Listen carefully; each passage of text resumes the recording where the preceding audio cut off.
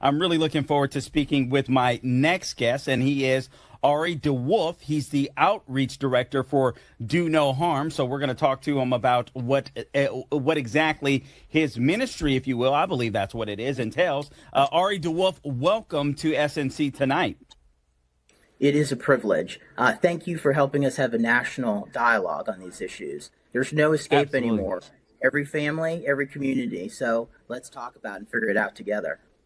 Yeah, I absolutely love this. So why don't you just briefly tell the audience what the organization Do No Harm does? Yes, sir.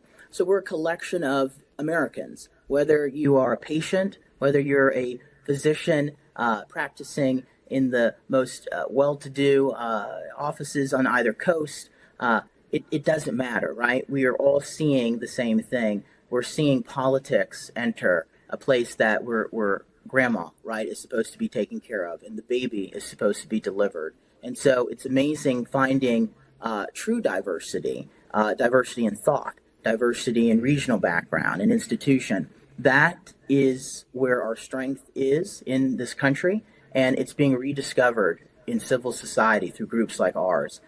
We're led by the grassroots. We're led by experts in the field, and we take people like me who have experience in public policy. We take them with us into the rooms of the legislatures, and we're able to convince politicians, who want to know they're going to be on the right side of history eventually, that it's inevitable, that woke politics, identity politics, it is as superficial as it gets, and there's something more eternal about this country and about what we're actually fighting for. So it's an exciting time, I think. The country is going to be much more oriented towards the grassroots and local institutions, and we're trying to help fulfill that vision. Okay, well, Ari, let's do this. Let's hone in on a specific topic here, and that is the issue of transgenderism and what we see happening. Obviously, you're from Ohio. If I didn't mention that or failed to mention that at the top of the block here, but you're from Ohio. Your governor is Governor Mike DeWine. He's not popular with Ohioans. He's not popular with Floridians as well, Ari DeWolf. But just recently, he basically vetoed legislation that would have forbade, now correct me if I'm wrong, puberty blockers, Yes, sir. in my opinion, was child mutilation with these trans surgeries. And then he got such backlash that he signed an executive order almost reversing everything that he had vetoed. Is that about right? I think there was a response to the backlash. And you know what? I will give him the benefit of the doubt that he's being responsive. I'm so focused, and my whole group, we're focused on policy. And so if we can get folks like him or anyone who may have disagreed with our position to the negotiating table in good faith, Sure. again, that's what this is all about. Transparent policy making, bringing the parents, bringing the victims, bringing the experts in, and letting the people see. So I think we have that now with Governor DeWine, and I appreciate everybody in America helping get us all to the table, because that is what this is about.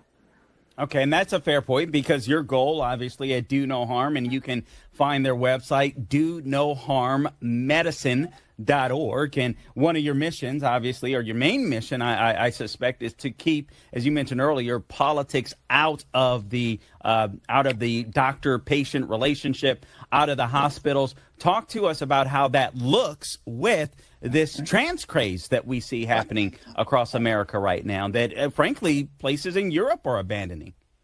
Yes. Well, as my grandmother would say, let me put myself on the altar first. I'm a gay, half-black, Jewish, conservative Republican. I don't get to be an individual, right? Because probably the conservative Republican part. It is much easier for people to group you and use you for your own purposes. And so we want, in this trans issue, right, to not just look at these young people who are confused naturally in their teenage years and prepubescent years, but to look at them as individuals. That comes through psychotherapy. That comes through a very well-known regimen that is non-invasive, right, and has the ability to let the child discover even more about themselves than this just single issue of identity. And so it's just a shame, because we're as advanced as we are in this country. This should be healthcare and medicine at its most sublime, but we're regressing, unfortunately. And so that is why we took this issue on. It's very difficult. You do have young people who are facing suicide, but Sure. is it really because, right, what is actually going on inside of them, or is it society creating that suicidality for them? And that's a question we all better be asking quickly. There's a lot at stake.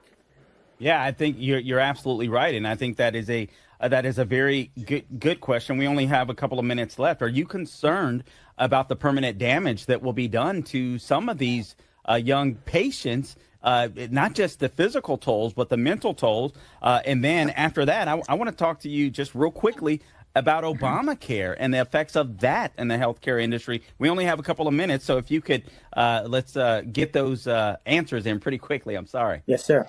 Well, number one, this is about humans. And so I have gotten to love the detransitioners. They're going through hell, but they're also going to save this country. And the parents, the victims are leading this. The doctors, they would lose their livelihood. Their kids would be in the breadline. It's the victims leading it. And that's why I tied into what I said before. This is a whole new way to do politics. The grassroots leads. And so I think we can see much more change than just in medicine eventually.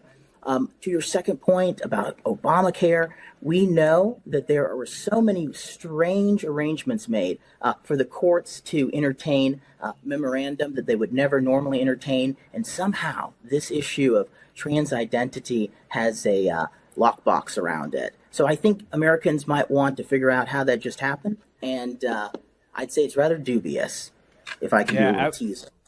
Yeah, I mean, we just have a few seconds left here, but I would love for doctors and patients to have their own relationships yet again and get government completely out of the way. What say you? We have about 20 seconds. Yes, I am still looking for a great doctor, right? Because you'd want to golf with the person. You'd want them to take care of you in your most critical hour. And so it's for civil society, right? It's like the church. It's not for government. Right. It's too pure. All right. I appreciate it. Listen, again, appreciate you joining us, Ari DeWolf.